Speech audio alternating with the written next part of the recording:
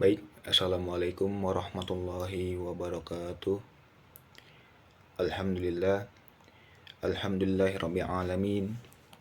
Assalatu wassalamu ala asyrafil anbiya'i wa mursalin wa ala alihi wa ashabihi ajma'in. Amma ba'du. Rabbi rahli sadri wa yassirli amri wahlul 'uqdatam min lisani yafqahu qawli. Baik teman-teman, pada kesempatan yang berbahagia ini saya ingin memperkenalkan terlebih dahulu. Saya Renaldi, mahasiswa Magister Program Komunikasi dan Penyiaran Islam Universitas Islam Negeri Sunan Kalijaga, Yogyakarta. Pada kesempatan kali ini ingin menyampaikan tugas akhir semester, yakni mata kuliah Analisis Wacana, yang saya angkat sumbernya saya ambil dari kompas.com yang berjudul Gibran jadi cawapres, Prabowo dianggap bukan teladan politik generasi muda, menggunakan model Tone of Van Dijk. Teman-teman sekalian, di latar belakang masalah ini, analisis wacana berita adalah sebuah metode yang digunakan untuk menganalisis sebuah teks berita dari sudut pandang berita, wacana, atau teks. Tujuan dari analisis berita ini adalah kita untuk mengetahui bagaimana struktur teks berita tersebut yang terbentuk dan bagaimana teks tersebut mempengaruhi pembaca dan pendengar. Jadi teman-teman, analisis wacana berita itu kurang lebih dapat kita artikan bersama bahwa itu lebih penggalian lebih mendalam mengenai isi berita, apa yang disampaikan oleh berita tersebut. Itu yang dimaksud dengan analisis wacana berita. Kemudian, pada kesempatan ini, dalam kerangka analisis wacana, saya mengambil model dari Van Dijk yang mengatakan bahwa sebagaimana yang dikutip oleh Erianto dalam penelitiannya atas wacana, tidak cukup hanya didasarkan pada analisis teks berita. Jadi wacana itu tidak semata-mata dilihat pada teks mata saja, tetapi kita analisis secara mendalam berita itu tersebut untuk mengetahui tujuan dari berita apa yang disampaikan. Karena teks hanya hasil dari suatu proses taktik produksi yang juga harus diamati dan harus dilihat juga bagaimana suatu teks diproduksi, sehingga kita bisa memperoleh suatu pengetahuan kenapa teks bisa semacam itu. Nah, itulah kerjanya analisis wacana berita, untuk menggali pemahaman kita secara lebih mendalam mengenai berita apa yang disampaikan atau isi berita yang ingin dipunculkan untuk kita pahami bersama. Kemudian di sini analisis wacana Van Dijk juga menyebutkan bahwa dalam dimensi teks yang akan diteliti adalah bagaimana sebuah struktur teks dan strategi wacana yang dipakai untuk menugaskan suatu tema tertentu. Jadi Van Dijk ini menekankan bahwa analisis wacana berita itu ingin menegaskan tema tertentu apa saja yang ingin ditunjukkan atau ditampilkan dalam sebuah berita tersebut.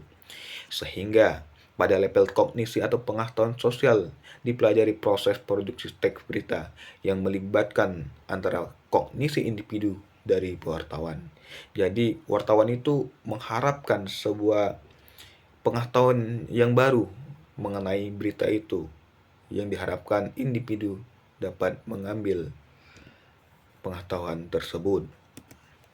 Kemudian dalam teks Van Dijk ini beberapa kerangka yang beliau sampaikan, yaitu ada 3 kerangka. Yang pertama yaitu 1 struktur makro, yang kedua superstruktur, yang ketiga struktur mikro. Struktur makro ini adalah mencangkup berbagai aspek-aspek umum dari teks atau wacana, seperti adanya topik, tujuan komunikatif, dan konteks sosial. Kemudian untuk yang kedua adalah superstruktur. Ini menjelaskan bagaimana susunan makro unsur-unsur teks seperti bab, yang ada dalam berita, bagian dan atau episode dalam suatu wacana berita tersebut. Kemudian yang ketiga adalah struktur mikro. Ini menjelaskan bahwa mencakup unsur-unsur linguistik yang lebih kecil, seperti adanya kalimat, kata, dan unsur gramatikal lainnya. Itu dari ketiga kerangka analisis wacana menurut model Van Dijk. Saya ulangi sekali lagi, yaitu adanya satu struktur makro, yang kedua superstruktur, dan yang ketiga struktur mikro. Itu teman-teman. Kemudian di sini langsung dijelaskan juga bagaimana contoh-contoh pertanyaan mengenai tiga struktur tadi, teman-teman. Pertanyaan pertama mengenai struktur makro mencangkup yaitu apa topik utama dari wacana ini, kemudian siapa yang menghasilkan wacana ini dan untuk siapa, itu dijelaskan pada struktur makro. Kemudian pada superstrukturnya, dia menjelaskan bahwa bagaimana teks ini dibagi menjadi bagian-bagian berita. Kemudian, apa peran setiap bagian dalam menyampaikan keseluruhan berita. Itu masuk ke superstruktur atau dapat kita ketahui sebagai penjelasan dari berita tersebut. Kemudian yang ketiga yaitu adanya struktur mikro. Ini menjelaskan bagaimana struktur kalimat digunakan dalam penyampaian berita, itu kalimat-kalimat seperti apa yang digunakan dalam penyampaian berita tersebut. Kemudian apakah ada penggunaan kata-kata tertentu yang memiliki makna khusus dalam berita tersebut. Itu yang dijelaskan dalam struktur mikro, teman-teman. Kemudian teman-teman di sini sebelum kita masuk kepada pembahasan saya pada kali ini mengenai Gibran jadi cawapresnya Prabowo, itu dianggap sebagai politik merusak generasi muda. Kita dapat ketahui ada beberapa langkah yang dapat kita ikuti dalam mencari berita, teman-teman.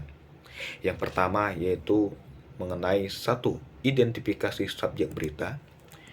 Yang kedua, tentukan bagaimana subjek tersebut diangkat. Yang ketiga, cari tahu latar belakang subjeknya terlebih dahulu. Yang keempat, analisis kata-kata yang digunakan dalam berita tersebut.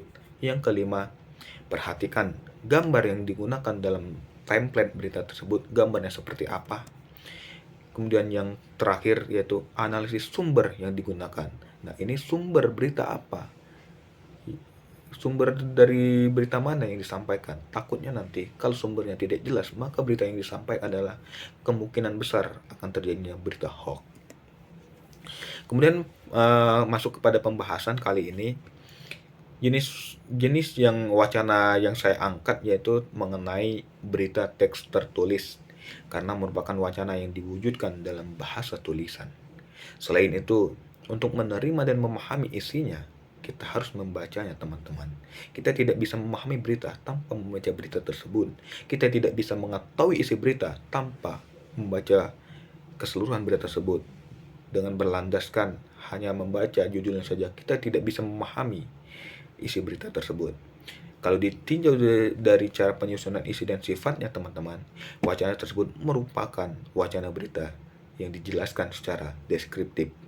Karena pada dasarnya berupa rangkaian tuturan yang memaparkan atau melukiskan sesuatu, baik berdasarkan pengalaman maupun pengetahuan penuturnya.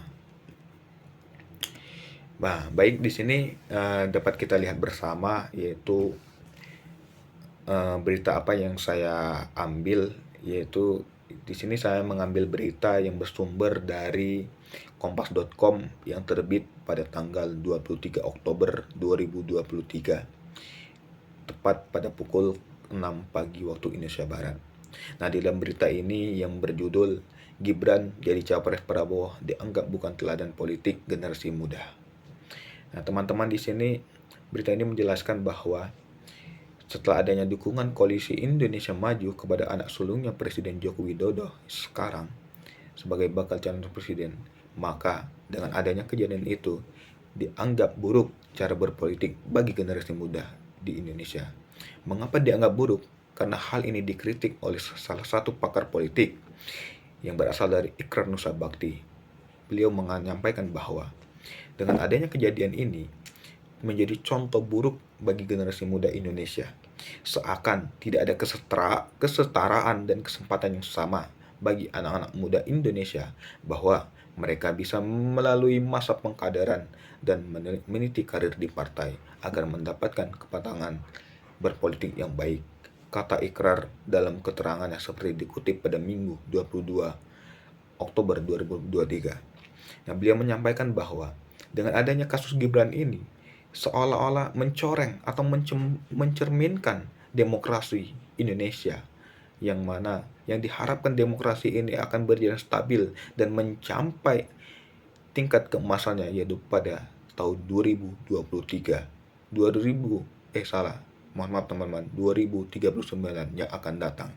Itu puncak dari kesuksesan demokrasi Indonesia nantinya. Beliau sangat menyayangkan dengan adanya Gibran sebagai cawapres muda ini yang tanpa mengikuti tahap demi tahap, step demi step, dapat merusak citra politik bagi negara Indonesia untuk kedepannya, teman-teman. Teman-teman, lebih dan lengkapnya bisa dibaca pada slide ini, teman-teman. Nah, di sini setelah saya menjelaskan tadi bagaimana analisis berita yang disampaikan dalam berita Gibran sebagai cawapres Prabowo yang dianggap sebagai politik kotor bagi generasi muda ke depannya adalah di sini terbagi menjadi 3 struktur, teman-teman. Ada struktur makro, struktur superstruktur, dan yang ketiga struktur mikro, teman-teman.